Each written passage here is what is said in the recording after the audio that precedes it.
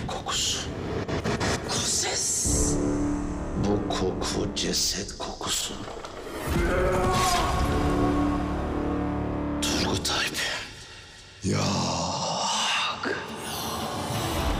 Turgut Alp namında bir yiğit, İmde'den Harmankaya Tekfuru'yla niza tutuşmuş. Bizde sığınan pek mühimdir Osman Bey. Vala Hatun'la Gonca Hatun konuşurlarken işittim.